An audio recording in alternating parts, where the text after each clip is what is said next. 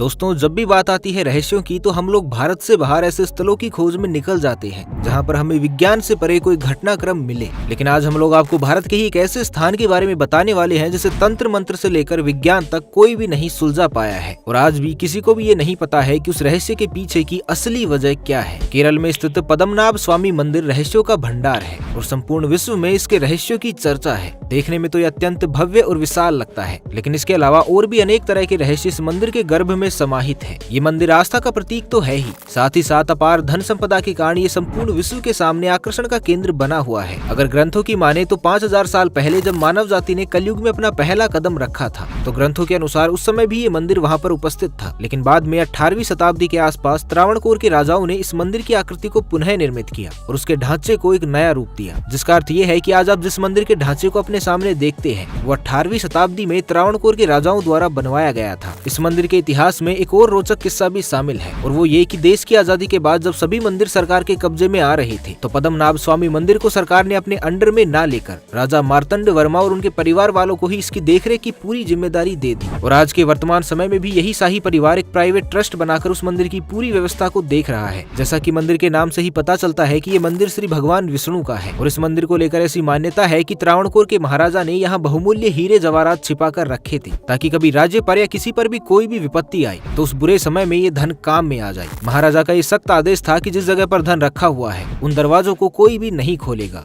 राजा के सख्त आदेश के बाद भला किसकी हिम्मत थी जो उन दरवाजों को खोलकर राजा के प्रकोप का सामना करता। इसलिए कभी भी किसी ने ऐसी कोई भी गलती नहीं की। राजा ने मंदिर के अंदर 7 गुप्त तहखाने बनवाई थी और सभी के साथ जुड़ा हुआ था एक रहस्यमयी दरवाजा। इन दरवाजों को कोई भी आसानी से खोल नहीं सकता था और यहीं से शुरू होती है रहस्यों की असली गाथा। हजारों सालों पुराने मंदिर के जो 7 दरवाजे बंद पड़े थे उन्हें सन 2011 में सुप्रीम कोर्ट के आदेश के बाद राज्य सरकार द्वारा खुलवाने का फरमान जारी किया गया। इस आदेश के बाद किसी तरह से मंदिर में उपस्थित उन 6 दरवाजों को तो खोल दिया गया और उनके खुलते ही मान लो पूरे संसार में एक नई सनसनी फैल गई, क्योंकि पहले लोग ऐसा अनुमान लगा रहे थे कि इन तहखानों के पीछे ज्यादा से ज्यादा 1000 से 2000 करोड़ तक का खजाना होगा। लेकिन ये सारे अनुमान धरे के धरे रह गए, क्योंकि उन सभी तहखानों के पीछे मिले हुए खजाने की कुल कीमत कम से कम 1 लाख करोड़ रुपए से भी ज्यादा आंकी गई थी। 6 दरवाजों के पीछे मिले हुए इस खजाने में एक से बढ़कर एक महंगे हीरे और हजारों किलो के सोने का अंबार लगा हुआ था। इसके अलावा इस खजाने के अंदर ऐसा कोई बेशकीमती धातु नहीं होगा जो सम्मिलित न हो। जैसे ही ये तथ्य दुनिया के सामने आया तो संपूर्ण विश्व में जैसे इसको लेकर खलबली मच गई। सुप्रीम कोर्ट के आदेश के बाद एक एक करके पूरे 6 दरवाजों को खोला गया और बेशकीमती खजाना भी प्राप्त किया गया। लेकिन मंदिर के कर्मचारी जैसे ही 7वें दरवाजे को खोलने के लिए आगे बढ़ते हैं तो उस 7वें दरवाजे की भव्यता को देखकर ही वो सब स्तब्ध रह गई। वहाँ एक विशालकाय भव्य दरवाजा था जिस पर 2 विशालकाय नागों की आकृति बनी हुई थी। उन सर्पों को देखकर ऐसी सजीवता प्रतीत हो रही थी कि मानो वो स्वयं भगवान विष्णु के रक्षक नाग हैं और इस दरवाजे की रक्षा कर रहे हों। द्वार के आसपास के क्षेत्र को जब अच्छे से जांचा जा रहा था तो वहाँ एक जगह पर लिखा हुआ था कि जिस किसी ने भी इस दरवाजे को खोलने का प्रयास किया तो उसके साथ कुछ बहुत ही बुरा होगा और उसके ऊपर कई सारी विपत्तियां एक साथ टूट पड़ेंगी।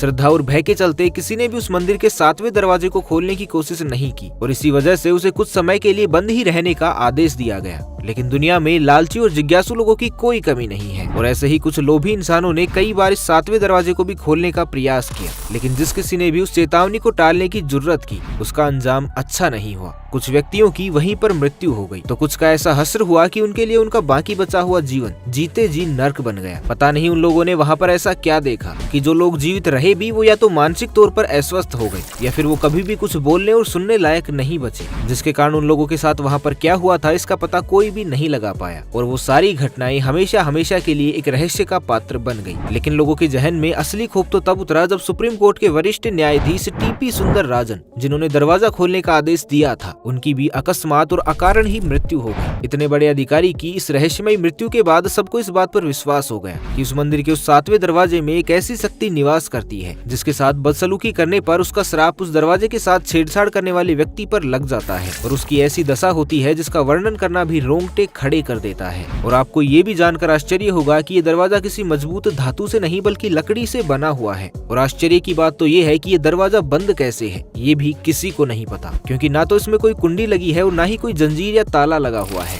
हालांकि धार्मिक विद्वान ये मानते हैं कि दरवाजा मंत्रोच्चार के द्वारा बंद किया गया था और दरवाजे पर जो 2 नागों की विशाल आकृतियां बनी हुई है उसे देखकर पंडित और विद्वान इस बात का अंदाजा लगाते हैं कि या तो ये सर्प भाषा के प्रयोग से बंद है या नागपाश जैसे मंत्रों के प्रयोग से इसे बंद किया गया है। नागपाश जैसे मंत्रों के द्वारा इसे बंद किए जाने के कारण अब इसे सिर्फ गरुड़ मंत्र के उच्चारण के द्वारा ही खोला जा सकता है। लेकिन बड़े बड़े साधु सन्यासी भी गरुड़ मंत्रों के शुद्ध उच्चारण में असमर्थ हैं। और दूसरी बात ये भी है कि इस विधि में जरा सी भी चूक अनर्थ का कारण बन सकती है। इसी कारण से आज तक इस दरवाजे को मंत्रों के द्वारा खोलने का भी प्रयास नहीं किया गया है और न ही आगे किए जाने के कोई आसार है। हालांकि कई इतिहासकारों ने अपनी पुस्तक में इस बात का वर्णन किया है कि साल 1910 से 1932 के बीच जब कभी भी उन्होंने इस दरवाजे को खोलने का प्रयास किया या फिर उसके आसपास भी जाने की कोशिश की तो 7वें दरवाजे के पास उन्हें कई सारे सांप एक झुंड में किसी रक्षक मुद्रा में दिखाई दिए। इतिहासकारों के अनुसार उनकी मुद्रा को देखकर ऐसा लग रहा था कि जैसे वो 7वें दरवाजे के पीछे किसी चीज की रक्षा कर रहे हो। हालांकि जब धर्म और आस्था से जुड़े हुए लोगों के सामने इस बात का जिक्र किया गया तो उनमें से कई लोगों ने इस बात का अंदाजा लगाया कि उस दरवाजे के पीछे शेषनाग का कोई अंश उपस्थित हो सकता है जो इस कलयुग में कल्कि अवतार के साथ किसी भूमिका को निभाने के लिए तत्पर हो। या ये भी हो सकता है कि उस दरवाजे के पीछे ब्रह्मांड की सबसे अनमोल नागमणि नागराज के साथ उपस्थित हो। इस दरवाजे से संबंधित रहस्यों को अगर काल्पनिक तौर पर संजोया जाए तो उसकी कोई सीमा नहीं है और जब तक इस दरवाजे को खोला नहीं जाएगा तब तक तो अनुमान लगाने के अलावा हमारे पास कोई और चारा नहीं बचता।